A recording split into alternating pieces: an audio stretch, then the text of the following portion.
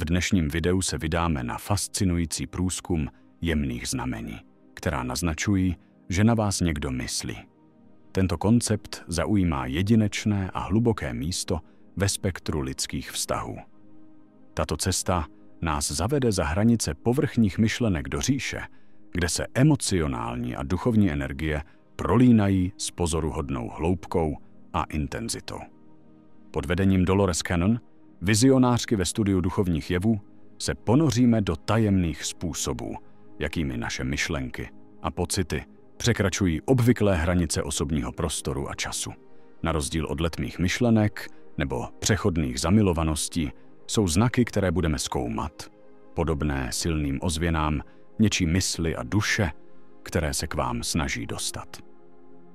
Představte si spojení, které není definováno pouze fyzickou přítomností nebo přímou komunikací, ale charakterizováno řadou jemných, ale hluboce pociťovaných indikátorů něčích myšlenek směřujících k vám.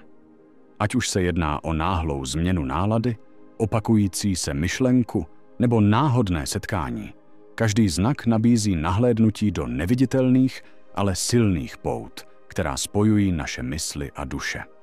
Znak první. Nevysvětlitelná touha komunikovat. V říši neviditelných spojení je prvním znamením, se kterým se setkáváme, nevysvětlitelná touha komunikovat. Tento jev se projevuje jako silná, někdy téměř nepřekonatelná touha kontaktovat někoho. Zajímavé je, že tato touha se často objevuje bez jakéhokoliv zjevného vnějšího podnětu. Je to, jako by se uvnitř vás přepnul nějaký vypínač, který vás nutí navázat kontakt prostřednictvím textové zprávy, telefonátu nebo dokonce zprávy na sociálních sítích.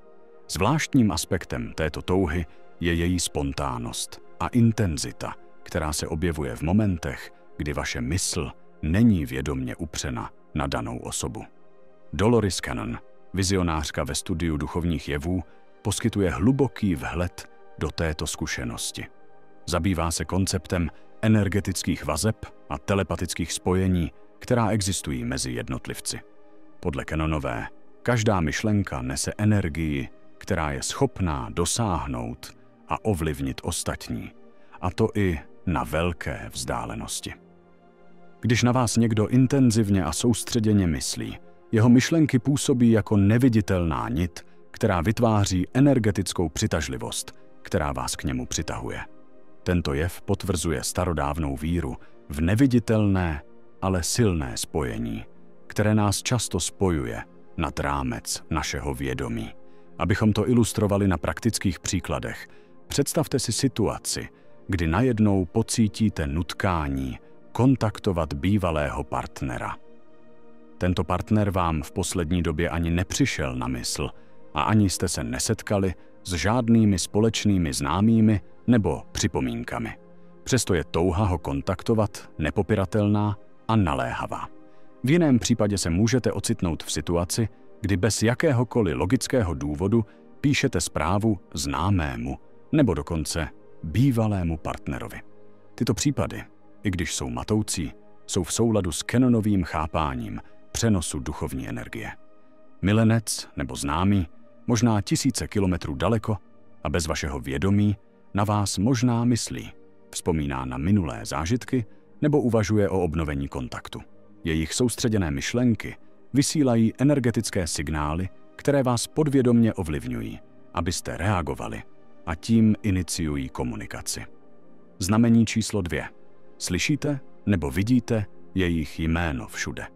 Když se ponoříme hlouběji do znamení, že na vás někdo myslí, narazíme na jev, kdy často slyšíte nebo vidíte jejich jméno v různých, často neočekávaných souvislostech. Je to zvláštní zážitek, kdy se jméno konkrétní osoby opakovaně objevuje a proměňuje obyčejný den v řadu zdánlivě náhodných setkání. Tato opakovanost se může projevovat mnoha způsoby. Zaslechnete jejich jméno v rozhovoru cizích lidí, uvidíte ho v nesouvisející četbě nebo narazíte na něj v médiích a na digitálních platformách. Zajímavým aspektem tohoto jevu je jeho náhodnost a pocit překvapení, který přináší pokaždé, když se jejich jméno objeví. Dolores Cannonová ve svých postřezích o synchronicitě nabízí hluboký pohled na tuto zkušenost. Cannonová, známá svým zkoumáním duchovních jevů, naznačuje, že takové události nejsou pouhou náhodou, ale projevem propojené sítě našich myšlenek a reality. Podle ní, když jsme s někým hluboce propojeni, ať už vědomně nebo podvědomně, vesmír tyto synchronicity orchestruje jako jemné podněty nebo znamení. Tento jev je v souladu s konceptem, že naše osobní realita je úzce propojena s našimi myšlenkami a energiemi, se kterými jsme spojeni. Z tohoto pohledu můžeme interpretovat tento znak tak, že slyšet nebo vidět jméno určité osoby všude kolem nás není jen náhodná událost. Může to být odrazem silného energetického propojení nebo myšlenkových vzorců, které existují mezi vámi a osobou, která na vás myslí. Naše duchovní propojení má sílu zvýšit naše vědomí a citlivost k takovým událostem. Toto zvýšené vědomí nás činí vnímavějšími k těmto jemným signálům a účinně zesiluje naše vnímání těchto signálů v našem každodenním životě. Navíc mohou tato setkání s jménem dané osoby sloužit jako připomínka neviditelných, ale stále přítomných spojení, která nás spojují. Jsou jako nitky v obrovské tapisérii našich propojených životů, utkané myšlenkami a energiemi, které sdílíme. Stručně řečeno, časté slyšení nebo vidění jména osoby poukazuje na hlubší duchovní spojení. Naznačuje to, že naše vědomí a realita jsou ovlivňovány, možná dokonce formovány, neustálými myšlenkami někoho, kdo je s námi hluboce spojen, což slouží jako důkaz hlubokých a tajemných způsobů, jakými se naše životy proplétají. Znamení číslo 3. Cítit jejich vůni. Fenomén vnímání specifické vůně, která evokuje přítomnost někoho, kdo není přítomen, je hluboké smyslové spojení, které často zažíváme, když na nás někdo myslí. Nejedná se pouze o vzpomínku vyvolanou známou vůni. Je to, jako by vůně vytvořila most přes fyzické bariéry a přiblížila jejich esenci k nám. Tento zážitek může být překvapivý i uklidňující, protože na okamžik stírá hranice mezi nepřítomností a přítomností a navzdory fyzické vzdálenosti vám daná osoba připadá blízko. Dolores Cannon, která se dlouhodobě zabývá duchovními jevy, nabízí cenné poznatky o této smyslové zkušenosti. Podle Cannonové jsou naše smyslové věmy, zejména čich, hluboce propojeny s našimi duchovními a emocionálními stavy. Fungují jako kanály pro neviditelné spojení, které nás hluboce propojuje s lidmi a zážitky. Když ucítíte vůni někoho, kdo není fyzicky přítomen, může to být projev silného emocionálního nebo energetického pouta, které s ním sdílíte. Tato vůně je více než jen neurologická reakce. Je to duchovní signál, druh éterické komunikace, která přesahuje běžné chápání. Při zkoumání tohoto jevu z duchovního a psychologického hlediska zjišťujeme, že smysly mohou fungovat jako silné kanály pro energetické myšlenky a emoce. Čich je v lidském mozku úzce spojen s pamětí a emocemi. Když vnímáte vůni někoho, kdo na vás myslí, může to být energetický otisk jeho myšlenek a pocitů, které se k vám dostávají. Tuto zkušenost lze považovat za formu neverbální, nefyzické komunikace, při které vůně nese esenci myšlenek a emocí dané osoby. Stručně řečeno, vnímání specifické vůně spojené s někým, kdo není přítomen, není jen náhodný jev. Podle poznatků Dolores Cannonové se jedná o významné smyslové propojení, hluboce zakořeněné v naší duchovní a emocionální struktuře. Tato vůně funguje jako most, který na okamžik oživí přítomnost dané osoby ve vašem smyslovém světě a může být známkou hlubokých, neviditelných spojení, která sdílíme s ostatními. Zdůrazňuje, jak naše duchovní a emocionální stavy mohou přesahovat fyzickou přítomnost a umožňují nám cítit se propojeni tajemným a hlubokým způsobem. Znamení 4. Nečekaná setkání. Ve mozaice znamení že na vás někdo myslí, vynikají zejména nečekaná setkání. Jsou to případy, kdy potkáte někoho zdánlivě náhodou, ale setkání může být ovlivněno tím, že na vás daná osoba neustále myslí. Představte si, že jdete ulicí ponořeni do svých myšlenek a najednou narazíte na osobu, na kterou jste právě mysleli. Nebo se ocitnete v neplánované situaci, například v kavárně nebo knihkupectví, a potkáte někoho, na koho jste právě mysleli. Tato překvapivá setkání nás často nutí přemýšlet o pravděpodobnosti takové události. Dolores Cannonová ve svém zkoumání synchronicity vrhá světlo na tato zdánlivě náhodná setkání. Cannonová se ve své práci zabývá tím, že synchronicita není pouhou náhodou, ale smysluplným sladěním událostí ovlivněných našimi myšlenkami a energií. V kontextu těchto překvapivých setkání synchronicita naznačuje, že když na vás někdo intenzivně myslí, spustí to řadu událostí, které vedou k vašemu setkání. Nejedná se pouze o náhodná setkání, ale o předem připravené okamžiky, které odrážejí hluboké spojení a neviditelnou energetickou komunikaci mezi jednotlivci. Kromě toho zjišťujeme, že naše mentální a emocionální stavy se mohou skutečně projevit v naší fyzické realitě. Existuje například řada anekdot a osobních zkušeností, kdy lidé pocítili silnou touhu nebo předtuchu, že potkají někoho. A pak se zcela nečekaně a náhodně tato schůzka uskuteční. Tyto příběhy rezonují s Cannonovou myšlenkou, že naše myšlenky jsou mocné a přesahují hranice naší mysli a jsou schopné ovlivňovat strukturu naší reality. Běžnou zkušeností může být například to, že myslíte na starého přítele nebo známého, kterého jste roky neviděli, a z ničeho nic ho potkáte na zcela neočekávaném místě. Podle Cannona nejde jen o náhodu, ale o projev energie, kterou vysílají vaše myšlenky. Je to, jako by se vesmír spikl, aby vás svedl dohromady a zařídil okolnosti tak, že to vypadá téměř magicky. Zapište si 5 obsesivních myšlenek o této osobě. Na cestě k pochopení znamení, že na vás někdo myslí, je jedním z nejzajímavějších jevů výskyt obsesivních myšlenek o dané osobě. Tento jev spočívá v tom, že se nečekaně ocitnete pohrouženi v myšlenkách na někoho, často a intenzivně, bez jakéhokoliv zjevného podnětu. Tyto myšlenky mohou napadnout vaši mysl v nevhodnou chvíli, při práci, během volného času, nebo dokonce v momentech samoty. Zarážející je intenzita a vytrvalost těchto myšlenek, které vás nutí přemýšlet o jejich původu a významu. Dolores Cannonová ve svých poznatcích o povaze energetických projekcí poskytuje hlubší pochopení této zkušenosti. Podle Cannonové nejsou naše myšlenky vždy osamocenými ostrovy. Mohou být ovlivněny a formovány energetickými projekcemi jiných lidí. Když na vás někdo intenzivně myslí, jeho myšlenky, obalené emocionálním a energetickým nábojem, se mohou promítnout směrem k vám a proplést se s vašimi vlastními myšlenkovými vzorci.